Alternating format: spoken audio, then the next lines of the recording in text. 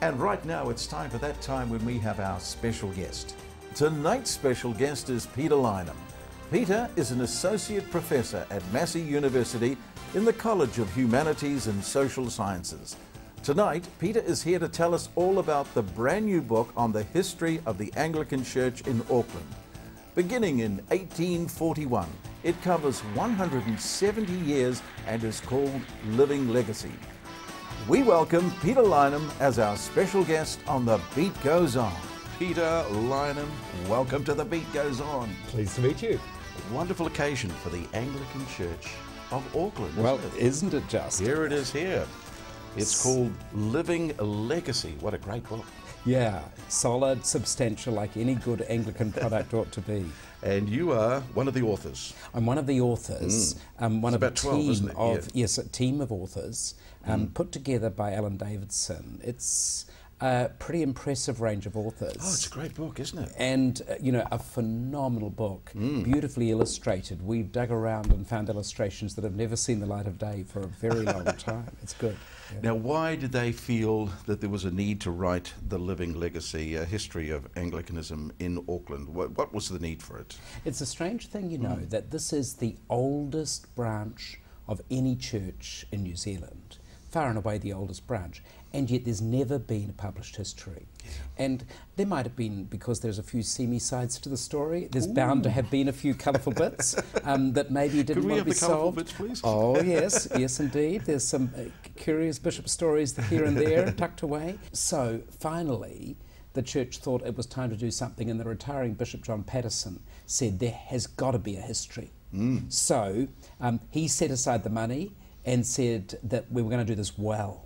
Yes. And so finally, rather like 100 years late, has come about this magnificent history work. Enjoyable project to work on. I bet you had a lot of fun. Everybody, any arguments about what goes in the book and what doesn't? Surprisingly few arguments, but an incredible amount of intrigue, because this team of people, some of whom are Anglicans, some of whom are not, debated, discussed, brought some great worthies of history in to give us their opinions on what ought to be focused on, and endlessly wanted to find out stories and investigate little riddles. And you can imagine, this is a modern world, we've got to debate how do we treat women, how do we treat Māori, how do we deal with these delicate issues which people get very concerned about in history today. So it's been a project that has matured, developed and produced this substantial product. And it's right from that wonderful day in 1841, 170 years ago. Bishop Selwyn, arrived in Auckland. George Augustus Selwyn arrives in Auckland in 1841, and of course initially he was Bishop of New Zealand. Well, he was always Bishop of New Zealand. It was his successor that was called Bishop of Auckland. But slowly bits of the diocese were sliced off to create new dioceses, and gradually Auckland emerged. But this tall, athletic, very purposeful, extraordinarily well-educated man who was of an utterly different breed than most of the early leaders of New Zealand, and probably was a little bit contemptuous of some of those. He made a name for himself, didn't he? He certainly made a name for himself. Well, everything went swimmingly well, didn't it? And it was a powerful church in New Zealand and in Auckland, and right up to, when do you put a date on it, don't you? Around about 1960 it started. But I got this chapter to do, which started with Bishop Gowing in 1960 being consecrated as Bishop of Auckland. And I thought it was a fascinating moment that in the early years of his being there, he was challenged, it began with the challenge to the vestry of the new St Heliers Anglican Church, when a certain Brian Rudman objected to the bells being tolled at 7 a.m. in the morning and waking him from his sleep. And Rudman was a lawyer and took the issue to court, and the church found that it had to compromise, that it had to agree to muffle the bells before 8 o'clock, because really this is a secular country and we mustn't have religion disturb us too much. The baby boomer generation, which is us, indeed, the baby boomer generation in very real ways had gone through Sunday school and maybe youth group, but doesn't come out on the whole, as churchgoers. Yes. Doesn't come out as people who've got faith and want to practice it, and above all want to join standard institutions. Why? Well, I think, you see, the Anglican breed was, if ever there was a standard institution that called for loyalty, it was the Anglican Church. Now, it wasn't that people weren't trying out religion. They want to shape their own worlds, and the real challenge for Anglicanism is it's maintaining an institution which has the whole of New Zealand carved up into parishes, you know, has a church for every so many people, and has to try to maintain this and to hold clergy and the whole structure in place.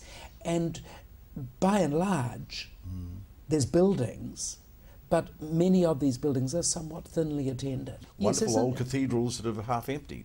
In a way, the clergy and the churches have to kind of feel their way how to speak the language of today. I mean, in Ponsonby, where I live, you know, our All Saints Church has to work for something that works in the coffee culture. Yes, exactly. The Anglican Church always played a wonderful role in the sense that they were white, middle class, or upper class, and they cherry-picked their involvement in the church. And cherry-pickings means they may never go anywhere near the place for years at a time, but suddenly they had to have a baptism, or they had to have a wedding. They used the Anglican Church as their prop. They weren't that interested in Anglicanism, but they were interested in having props for them looking good in society. They were fair weather friends of Anglicanism. I think that's true, but the Anglican Church, more than any other church, has been very comfortable with a relatively nominal degree of faith. Yeah. So, I mean, the strict rules say you've got to do communion 3 times a year, and you ought to be confirmed. But the church has always been there. It's provided baptisms and funerals and weddings. Yeah. And once upon a time, being an Anglican or being a Catholic, it was a life and death situation. Around about the time of the Tudors, you had to make a choice to be an Anglican or be a Catholic, and your life depended on it. And that gave your faith some meaning, but that's all gone now. I don't know that it's gone completely. I don't think the fire has gone out, but of course Anglicanism has always been fire in the fireplace. You know, it's been a firm believer in the sense that things should be kept properly done, correctly done, and it's that aspect where you'll get plenty of vigorous religion going on in other places. Anglicanism has to find a space for those who perhaps are just a little bit uncomfortable about the wildfire that gets all the focus these days. But there were Anglican martyrs, weren't there? There certainly were Anglican martyrs. I was lecturing on them yesterday, that in the days of Queen Mary, there were plenty of people who suffered and died for their faith. And today, I think... Would they die for their faith today? Well, I'm not prepared to put it all into the test, but if you go to Iran, Anglicanism actually, there is a presence of, you know, Christian church with an Anglican connection being pretty viciously treated in Iran and similarly in Pakistan. But consider this.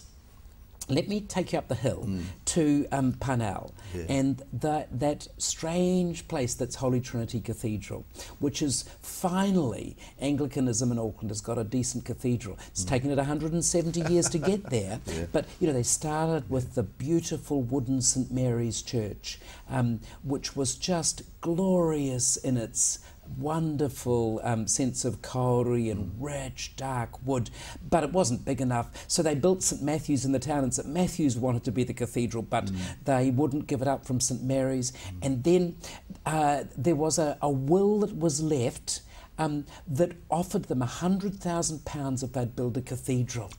And Millie Horton left this money, and Millie Horton left this £100,000 if they'd build a cathedral, but it wasn't enough quite to build a cathedral. So they built... Should have been £200,000. They built this sanctuary, and it sat there up on the top of the Parnell Hill, this strange, separate building with a sanctuary, but no nave. nowhere for the congregations. They built a little tin add-on, and then Dean John Reimer set to work, and he was going to have a cathedral. And he determined, and what he got, designed by Toy, the New Zealand architect, was this extraordinary, broad, wide Pacific space filled now with glorious stained glass windows. And it sits like an odd add-on to this, you know, strange, conservative English sanctuary, and the St Mary's dragged across the road with the old wood. And yet, funnily enough, this is Anglicanism, you see? That the old and the new, the rich and the colourful and the crazy all find a space and a meaning on that one side. I think that's the answer to your question.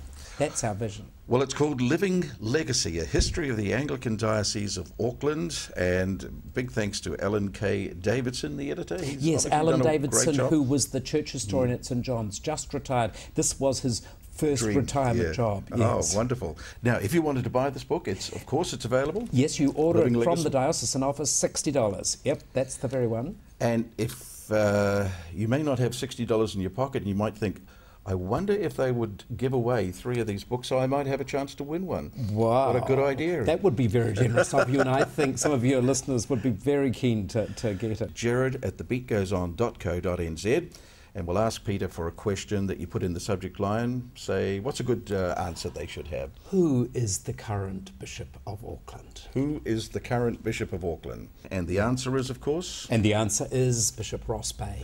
Bishop Ross Bay is the answer. So get your entries in, and 3 lucky people will have a wonderful book called Living Legacy. Peter, you've been wonderful. Fascinating history, isn't it? Great I love story. history too. Hey, very good. Thanks, Peter.